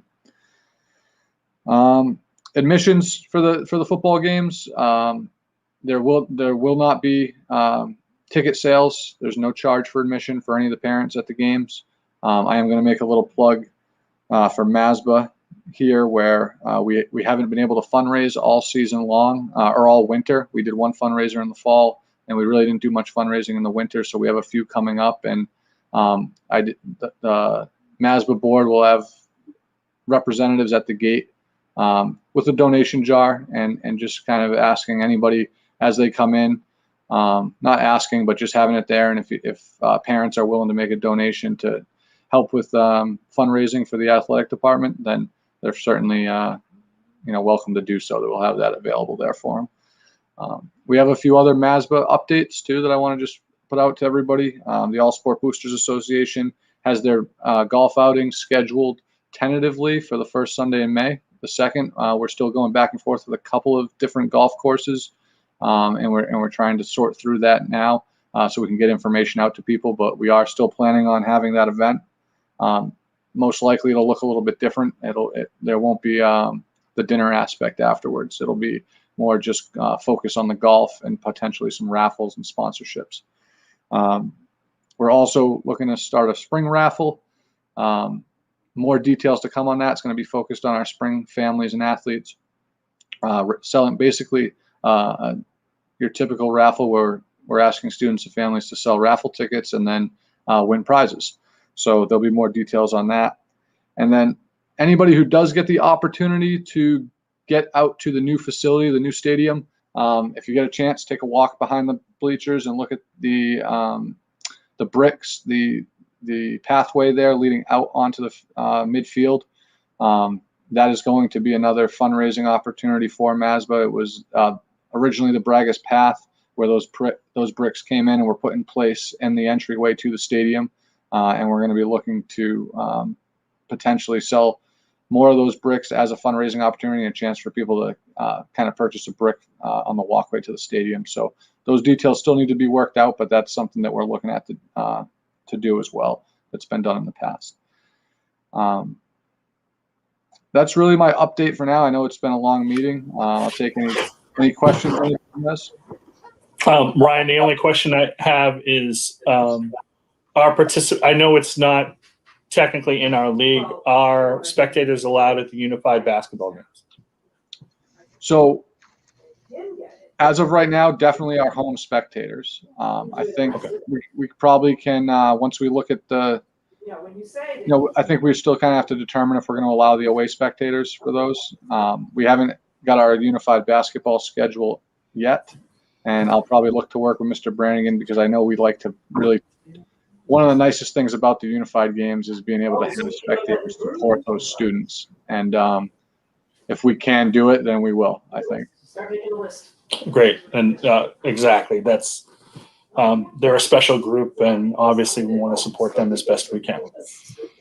Any other questions for Ryan? Ryan, it appears you got off easy tonight. All right. I just the one that's down by. Thank you for that. Mr. Chair, and I just also want to give one plug to our maintenance staff in Washington and all the custodians. We kind of stretched them as we always do, but to get ready for spring, putting together 60 hurdles and various pieces of track and field equipment and all this stuff to get ready for the games. So thank you to them and to all the staff that have supported us all season. So Thank you, Ryan. Great. Thank you, Ryan. Moving on, we have a technology update from Dr. Gates, kind of an exciting one here. If I had a drum, I'd do a drum roll. Oh, come on. Where's the drum, Brian? I was looking for. All right, there we go. Yes, no, thank you. We definitely have some exciting news to share. Finally, we can tell our community that, yes, we have received our 2,000 Chromebooks. I didn't know if this day was going to come, but it did. However, I apologize for bringing us back in time. I don't know what I was thinking about when I put March 11th, 2020 on my slide. I think I was reminiscing about an excellent professional development opportunity I had with 5 phenomenal literacy educators here at the middle school, because that's where I was on March 11th up at Lesley University. But it's 2021, thank the good Lord. But we are excited to tell you that the Chromebooks are here. They did, in fact, arrive this week in 2 different shipments that they are on pallets, and those pallets had to be taken off the back of the truck that's pictured there and power lifted with the hand cart that they have at the complex to get that into the building so that the tech department can begin their work. You can see here Mr. Michael Mills, our network manager, starting to take stock of the shipment of our Chromebooks. We're super excited that they're finally here. I guess better late than never, but with the arrival of these Chromebooks comes a lot of work. So if I could just transition into some of the big ticket items that we are working on in the technology department, and really that's prepping for MCAS and supporting the opening of our new high school, along with all the day-to-day technology issues that come up, because lo and behold, they do still exist. Our focus right now is preparing over 300 Chromebooks that are going to be needed to do online MCAS across grades 3 through 8. When we originally got our first shipment of Chromebooks, the 208 that we received a couple weeks ago, those took almost a week and a half to onboard, doing the inventory, getting them onto our network, getting them into our mobile device management program. So I'm anticipating at least a week and a half to get these 300 Chromebooks up and running and prepared for MCAS. Not only do we need to prepare the Chromebooks, we also need to equip our charging carts so that the devices can be charged in between testing sessions. We're going to try to power through that and focus just solely on MCAS for those new Chromebooks, because we need to be preparing for our new high school, which we have been doing for several months, but we're really coming into the final stretch with this. And we have some really important and all-consuming work that's going on.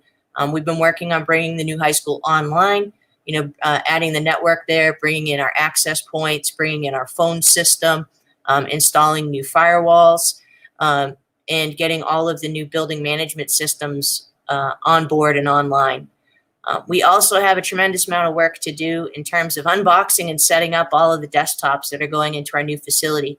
We will have 2 high-end computer labs, a digital art lab, a TV studio classroom, a MIDI lab or our music lab, the fabrication lab, and then all of the offices in the school that will need to have devices prepared for them. We have to, like I said, unbox it, set it up, image, do the whole 9 yards. So that's a lot of amazing work that has still yet to take place, and we're just chomping at the bit to get into the new high school and set up this equipment. We're also finalizing the preparation of the flat panels that are going into the classroom. When I spoke with the network manager earlier this week, Mr. Mills told me we were under 10 left to image. It's been a laborious process, so I thank Mike and our technician, Mark Smith, for their work with this, because they had to be imaged one at a time. And the image is pretty hefty, so it takes some time to get that up and running. But we're really excited for the work that we have at hand with the new high school, and it's going to create some tremendous opportunities for our kids, which is really why we wanted this new high school so much. We've been busy with our new digital learning and teaching team. I know school committee, you may have received some of our Tech Tip Tuesdays in the last few weeks. This has been primarily focused on faculty and staff through a distribution of a SMORE newsletter that we use to communicate about technology workshops, as well as tech tips, which are just brief videos aimed at providing some support with smaller tasks with technology. I'd like to thank Christy Goldman and Vicki Miles for setting the bar high with the first workshop that was conducted just a couple weeks ago on Flipgrid. And I'm up next with Megan Connor, an English teacher from the high school. We're going to be doing a session next week to celebrate St. Patrick's Day. We're going to be doing a session on Canva, which is a kind of like a version of Photoshop for people like me who don't have really good graphical skills, because you've seen some of the graphics I've made. But I do want to plug our YouTube channel. If I'm able to here, let me just switch tabs. The Middleborough Public Schools does have a YouTube channel where you can get all sorts of our digital content. One of the new things we have within our playlists are our tech tips. Some of these tech tips are certainly geared towards families. Some are geared towards students. The high majority at this time are geared towards families. There's one in particular I wanted to highlight, because I did make mention to Mrs. Farley recently that I was going to do such a video, and that's right here, number 11 in our Tech Tips playlist, subscribing to the Middleborough Public Schools district calendar. You know, I guess it's a shame I did it now and not earlier, but the whole cohort 2 in school, cohort 3 in school schedule, and really all events pertaining to Middleborough, days in school, days off school, vacations, important events. You can subscribe to our district calendar, and the steps to do so are shared within this brief video. You can also find our content on our webpage under the technology department site. And if you're looking for content specific to students or families, you can filter the content here by the various tags. So if you click families, we've got just a couple items here for you. As I said, subscribing to the calendar, and another video produced by Christy Goldman on checking student work in Google Classroom. So that's what I have for you for a technology update, and I'd be happy to answer any questions once I get you all back on stage. I do want to make one comment, Melanie, as far as, how frustrating the devices were. And in my mind, it goes to the frustration of this whole year of COVID now, right? But if there's one silver lining throughout it, it's this. Because of the resources that the federal government gave us, for the most part, Middleborough now has one-on-one devices for all their children, which we have talked about for a long time. And we have tried to, try to do that in my time on the school committee. But that's a reality for us now, given the number of devices we have. And I think that's a positive step going forward. And yes, it's about the time that the kids are coming back, but at the same token, they can now come back and use them in the classroom. And it helps, as everyone knows, because we heard from our elementary school principals that part of the problem is that children did not have enough time on devices getting prepped for MCAS. And so now going forward, this will be a tool that we can use to get them ready. And so I think, as much as the frustration has happened, it is a plus for us, and we need to recognize that too. And I really want to thank the community for being so patient with everything. Superintendent Lynch did make efforts to get these devices in earlier. When the purchase order was made, we were told they were in stock. But, circumstances beyond our control delayed their order. The tech department did a phenomenal job of standing up rather old technologies. Some of our devices that we put out are 5 to 7 years old. And if you have an old device at home, the pains that can create. But, the community has been super supportive. The tech department has tried to meet the needs of the community through, we've got a student device help form on our website that people can submit for support. Almost daily, we're connecting directly with families to help them with issues. I was FaceTiming with a mom this morning, trying to help with a Chromebook and Google Meet issue. And just everybody's been invested in supporting each other throughout this. And I wish I could turn those Chromebooks around a lot sooner for everyone, but with the time that we have and the demands that we have with the new high school, we have to take care of some non-negotiables. And unfortunately, MCAS is still a non-negotiable for the state. It's certainly not what our primary focus is in terms of our instruction. Our success in MCAS will come because we have high quality instruction, regardless if we have a high stakes test over us.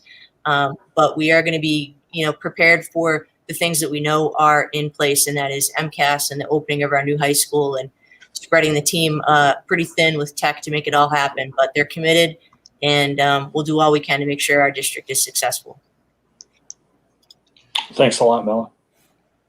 Any other questions? I really think I just want to make mention that the work that the technology department has done under Dr. Gates has been substantial this year, even without the 2,000 Chromebooks. The technology education piece is important. That even though we might have a device for every student, that and Dr. Gates is famous for saying this, we do not want these Chromebooks to be very expensive pencils. Students need to be able to integrate technology into everything they do, and it needs to be purposeful. And that's why she's developed the tech team, the TIP team, and everything else, and continues to work and strive for real tech integration. And I think that's the important piece here. I think it's come a long way in the last few years, but we all know, and Dr. Gates will agree, that they could go a lot further. And that, I think, is a plan as we roll down the road here. So thank you to Dr. Gates. I know that you had some questions perhaps from the school committee, Mr. Chair. Anybody have any questions for Dr. Gates? Again, seeing no one, thank you, Dr. Gates. We appreciate all the hard work you put in making this day a reality. Yep, thank you. Happy to support it. Super, thank you. And finally, in my report this evening is an appearance from the Director of Finance, Business and Finance for the district, Ms. Sarah Hickey, who is broadcasting from her office across the way here in the central office, and has an update on some annual town meeting information. I do. Thank you, Superintendent Lynch and school committee members. I have a brief info session for you tonight, which I think it'll be good to be brief. Annual town meeting is on April 3rd. I want to encourage all of our viewers to attend and participate in the annual town meeting. And during the town meeting, Superintendent Lynch and I are submitting an article to reclassify some funds, restrictions on in-person education and transportation during the 2020-2021 school year, reduced the amount of money that we needed for our minibus fleet this year. And so we are going to be asking the town to transfer some of that money into our account to replace motor vehicles. So that is what I'm submitting to Town Manager Bob Nunes tomorrow as a special town meeting article for the town meeting on April 3rd. Sarah, just to make it clear, the town meeting is not April 3rd. That's town election, because the April 3rd is a Saturday, right? I apologize. I was reading that right off the agenda that I have in front of me. So to anybody who put that in their calendar already, I'm sorry. No problem. April 3rd is town election. So I would like to encourage everybody to vote on the election on April 3rd. And I apologize that I don't know off the top of my head when the town meeting is. No problem. I was trying to figure that out myself, and I don't have it on my calendar as of yet. It's usually a Monday night. Yes. So with that, does anyone have any questions for Sarah? I will add, since this is these articles are on town meeting, are going to town meeting, the chair would entertain a motion to approve those two articles, because I think we should. So moved. Do I hear a second? Second. Discussion.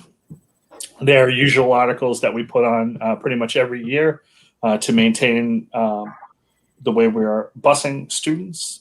So with that, Chair will take a vote. Ms. Janess? Aye. Mr. Rowe? Aye. Mr. Oakley? Aye. Mr. Stevens? Aye. Ms. Farley? Aye. And the chair votes aye. So thank you very much, Sarah. You're welcome. We appreciate it. Thank you, Ms. Hickey, and Mr. Chair and members of the school committee. That completes my formal report this evening, along with a cast of characters that I'd like to again appreciate for coming on stage and presenting their materials. Thank you. Thank you very much. Next up on the agenda is MSBA. Brian, would you just like to talk briefly about yesterday's meeting? Sure. There was another the monthly meeting of the Middleborough High School or Middleborough School Building Committee occurred last night. We were updated. We've been told again that the high school will be deliverable or delivered on April 2nd, and that we'll be moving in on the Tuesday following April vacation. They're saying they're holding to that schedule. They really feel strongly, Fontaine Brothers and Compass Project Management and DRA feel strongly that the building will be ready for occupancy. They've made great strides and continue to make great strides. And we're going to hold them to their word at this point. And we approved a bunch of change orders and some things that needed to be done to make the building right, and those were anticipated. There's a $4 million contingency budget, of which we've used about 41% or 42%, but that will be reduced again to about 32% because Plymouth County CARES Act, the CARES funds are reimbursing us for additional expenses incurred as a result of COVID-19. If you've been to the site, or if some of you have been there the weekend, you saw a sort of a trailer with a big tent, and that's how the workers come in every day, and they have to go through a check. And in the building, there are special wash stations, et cetera. So some additional money was spent on COVID prevention. In some cases, it worked. In some cases, it didn't. It did eventually delay the project. Some of the employees and some of the trades that did contract COVID-19 in groups. But we're at a point where we are definitely looking at April, at the end of April, after April vacation, for occupancy. And we'll be making decisions about who actually occupies. We know those students currently that are in the current high school, cohort 2 and 3, and cohort 1 will be going into, and perhaps even more of them at that point. But that continues to be under analysis too. So, and I should point out that Ms. Hickey sent us that town meeting is April 26th. Does anyone have any questions about the school building, the high school, the new high school? Mr. Rowe. Thank you. Through you, Mr. Chair. It's great that it sounds like it's going to open after April vacation and so forth, but if it does not, I mean, is next week's meeting, are we going to be talking about just K through 8, or are we going to talk about high school reopening as well? Yeah, Mr. Rowe, through you, Mr. Chair. Mr. Rowe, we most primarily are going to be talking about K through 8 next week, with the understanding that there'll be additional discussion regarding the high school in the weeks that follow. Right now, the directive from the commissioner through the governor is to get K through 5 in by April 5th, or at least on April 5th. Get 6 through 8. April 26th or 27th, but it is our hope to get K through 8 in for April 5th. And then the high school, because of complexities of buildings and schedules, will be a different animal altogether, and that will be a different discussion, and quite frankly, a different plan. Okay, so most of the discussion next week is going to be K through 8 then? Yes. Correct. Any other questions about the high school in particular? Seeing no one, then I will move on. I have to point out to the committee that by the end of the month, I will need from everybody their superintendent evaluation, as is our piece. I would point out that it just seems to me like we evaluated the superintendent a short time ago. And this year has been an extraordinarily unusual year. But I will need those by the first Friday in April. So I just wanted to put it on everyone's agenda. And as usual, the superintendent will send out his usual list, and we'll go from there. I don't think we established normal goals for the superintendent. No, we basically had the one goal. Right, exactly. The one goal has been to survive COVID and get through, and hopefully in a productive way. I think we have done it in a productive way. So thank you, Mr. Lynch. We appreciate it. And so I just wanted to remind everybody of that. Next item on our agenda is the consent agenda. of which there is none, right? Oh, wait a second. The consent agenda are just meetings and a fundraiser for the PTA. With that, the chair will entertain a motion to accept the consent agenda. So moved. Do I hear a second? Second. Discussion? Hearing none, all those in favor? Aye. Aye. I'm Aye. sorry, I got to go around. I Aye. apologize. I'm trying to get my agenda back. So I apologize. Mr. Rowe? Aye. Mr. Stevens? Aye. Mr. Oakley? Aye. Ms. Janess? Aye. Ms. Farley? Aye. And the chair votes aye. Thank you. I apologize for that. Like I said, I was trying to figure out where my agenda went. That we took care of the action items. Before we move into adjournment, I would just like to thank two programs that stick out pretty much. We had a $4,000 donation from Project Bread, so I want to mention that. And I also know that Wheaton College donated a shot put area for the athletic department, which is a production in itself, and we are very thankful for those pieces. So I did want to mention that. And With that, Mr. Chair, that donation jar at games and things like that goes to MASBA. MASBA does support our athletic program. They did buy an iPad for the Yes, they athletic did. department. And so and we also were supported by the Mayflower Lodge of Freemasons with $300 for our district emergency response team, or our DIRT team, which is headed by Andy Dizell, assistant principal at the high school. And that will, all of these donations will go to good use within the school system. And thank you, everyone, starting with, obviously, with Project Bread and going all the way down through. With that, does anyone have anything they wish to bring up before I move to adjourn? Seeing no one, the chair entertains a motion to adjourn. Moved. Do I hear a second? Second. There is no discussion. Ms. Farley? Aye. Ms. Janess? Aye. Mr. Oakley? Aye. Mr. Stevens? Aye. Mr. Rowe? Aye. And the chair votes yes. And thank you, everybody. We will see you next Thursday when we discuss the reopening plan. Thank you very much.